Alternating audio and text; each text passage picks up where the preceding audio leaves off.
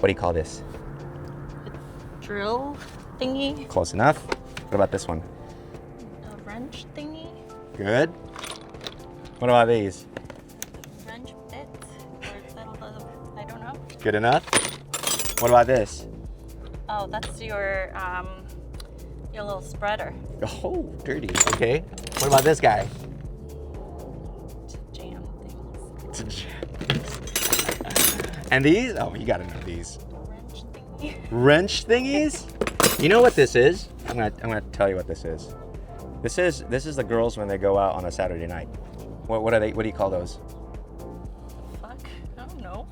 The ghetto girls that go out on a Saturday night. Ratchet. Ah, there you go. Good job. What they're called?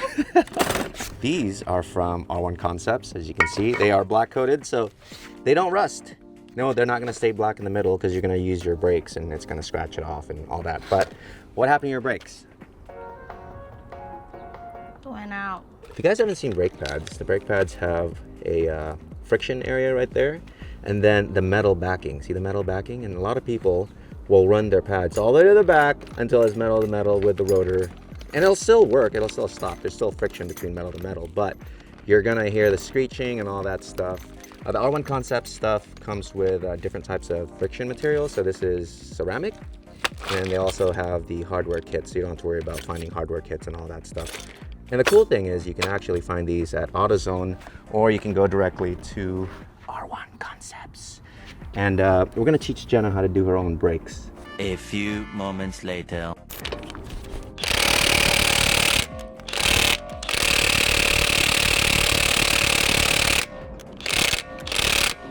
Brother.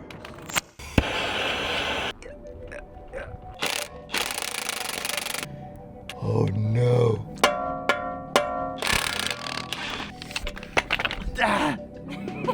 We're gonna need to remove this pin, like a little retainer. Then after this retainer, we go to the back, and then there are these caliper cover things. You pop this off, like so, and then there's a hex in there. You take that out, and then you can take this front piece off. And then we take out caliper body because we're doing the rotors. If you're not doing the rotors, you don't have to take this off. There's a 18 mil back here. You bust that out, and then we take the whole thing out. Gonna pop that out. There's a really cool retainer that they have here to keep the caliper, like the bottom and the front, or the bottom and the front, the bottom and the top. Oh yeah, good job. There's that. There's a new one in the kit somewhere. So you know, all these. Make sure you order those when you do this. And then you're gonna do the cap. Take the cap off.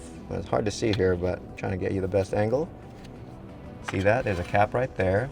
And then inside there, there's a hex bolt. There's one underneath.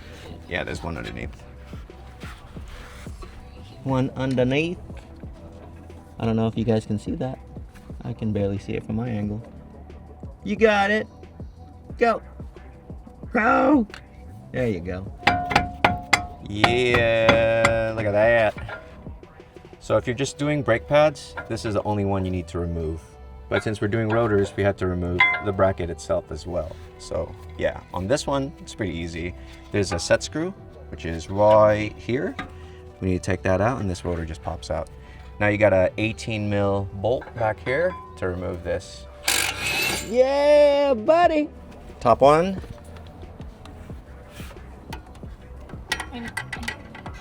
Oh. Get it in there.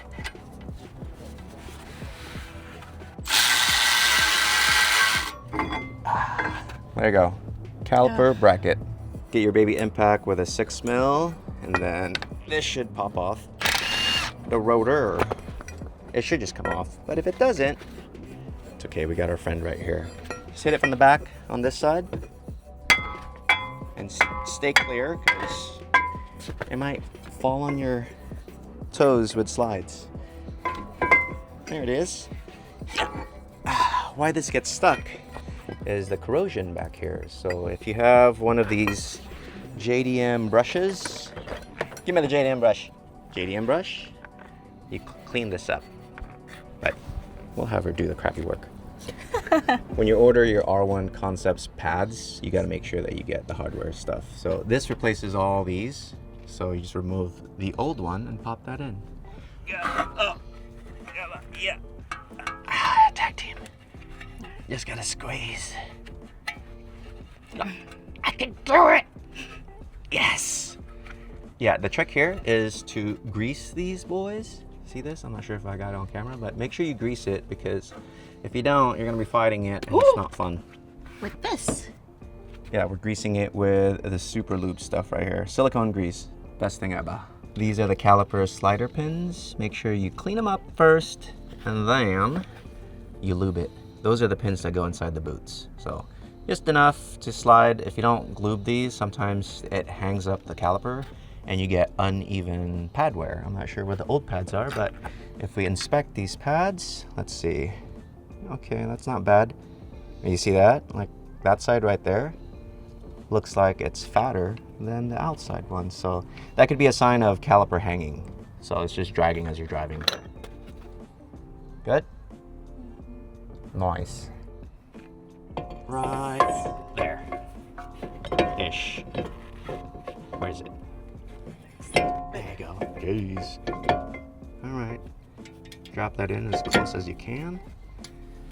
And then that'll be the keeper. That doesn't bolt the whole thing on. That's actually the lug nuts or the lug bolts. But it just centers it for now when we do this. See this? Oh, Give these it are a- not lined up. Yeah, just give it a shake. Okay, shake it in. Got it, shake. No. Shake it in. Push it in. There you go. Nice. This is a brake spreader. I got this on Amazon. I'll give you guys a link below, but it's super helpful when you're doing stuff like this. You don't have to use a freaking C-clamp, so check it out. And as we're doing this, I'm not sure if you can see this. Let me go over here carefully, but see that right there? The piston is going in. See that? That's the piston. And you want that in because you can't put a new brake pad on there because the brake pads are thicker, right? So the thinner your brake pads get, the more the piston comes out and sits there. That's why you gotta press it back in. But you gotta be careful if you overfill your brake fluid, because it's gonna overflow. So just put rags or like remove some of the brake fluid and you should be all right. So just bottom this down and then we're gonna put the new pads in and we're good. We got this clip that holds the caliper together. Okay, there. And then on the bottom, you gotta do this. I think earlier we jammed this in. No, we didn't. Just do it with your hand. Go. Come on. There you go. See that? Beautiful. And this keeps the calipers together. These are the caliper pins, the little slider pins, and they go on to the back right here inside the boot. Lined up. It's not grabbing yet. There it is. Nice. See that? Oh yeah. This is just 28 Newton meters, so hand tight's cool, but we're gonna check anyways. Get your torque wrench, 28 Newton meters, whatever that is in foot-pounds. Nice. Okay, on to the back. We're gonna remove that for the rotor because I know we're gonna need to remove the rotor. And then take this guy off with a screwdriver. Where's our screwdriver? Here's our screwdriver. Just pop this guy off however way you want. Don't really matter as long as it pops off.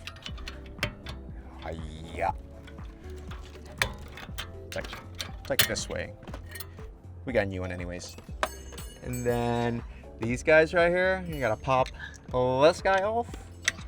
That's a little cap for that shindig. And then it's back here as well. I'm not sure if you can see that. I sure can't. And then 16, go to the back right here. Ah, we already took the bottom out, man. You know how hard it was. Here you go. Clean that. Yes. And then now the rotor should come right off. Hiya, hiya. Of course not. Big bunker.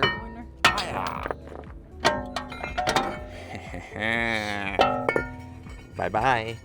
Spreader.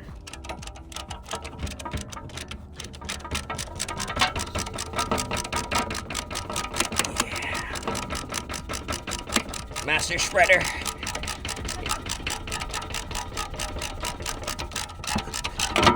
And done. And see that? Piston's all the way in. Now we could put new pads and we should be good. We gotta replace the rotor because we have it right here. So, pop this on. Just make sure you match the indexing point right there. All right, centered. Go in slowly. Caliper bracket goes on. Bolt in the back, like how we removed it. Send it. This has got to be torqued to 60 foot-pounds, by the way. Ooh, angry. There you go. Probably don't send it all the way because you're gonna have to line up the bottom one. Womp, womp, womp.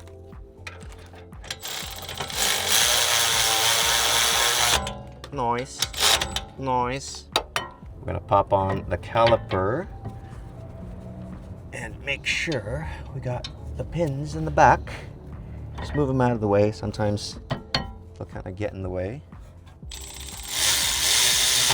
Ooh, hit the camera. And this guy right here. Oh, hit the camera again. This dude's always fun to put on. Probably the most annoying part of this install are these guys. This first. And then pull. And then do this way. How do BMW guys do this? I think they do it with two hands, huh? Here you go. Oh, I got it. It's like this. Okay. And Wait. You pull that side? Yeah. Okay, good. Yeah, go. Yeah, come on. Boom.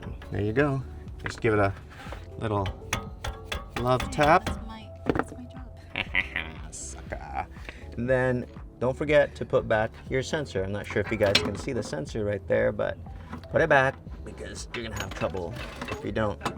Last thing we're gonna do, these little caps. The caps go right here for the caliper bolts. Oh, sorry, you can't see this one, but just make sure you torque all of your bolts. So the big caliper bracket bolt, the 16mm socket, that's 60 foot-pounds. This is 28 Newton meters right here for the sliders. Make sure you have this guy on. Make sure that you have the sensor on right here. It's in the dark. And then make sure you tighten this guy right here, hand tight, and then clean up all the grease. Then we're gonna go for a test drive. Now that we're done with the install, make sure you bed your pads to the rotors properly. So as you can see right here, we already took it out. So what I say is 5 light stops at like say 20% pedal pressure, right? From like 45 to 0. And then go a little faster, maybe 50 to 0 and do like 40% pedal pressure, 5 stops. And then 5 more stops of 50 to 0 with like 80% pressure, and then you should be good. And then just drive it normally. With race pads and race rotors, it's a little bit more intricate. The bedding process is a little bit faster and you got to do more, but for the OEM stuff, it's actually all right. This is like the ceramic pads from R1 Concept, so they bed in pretty nice, especially if you have brand new rotors. But if you have your OEM rotors still, just make sure that's not glazed and you should be able to put new pads and bed it properly.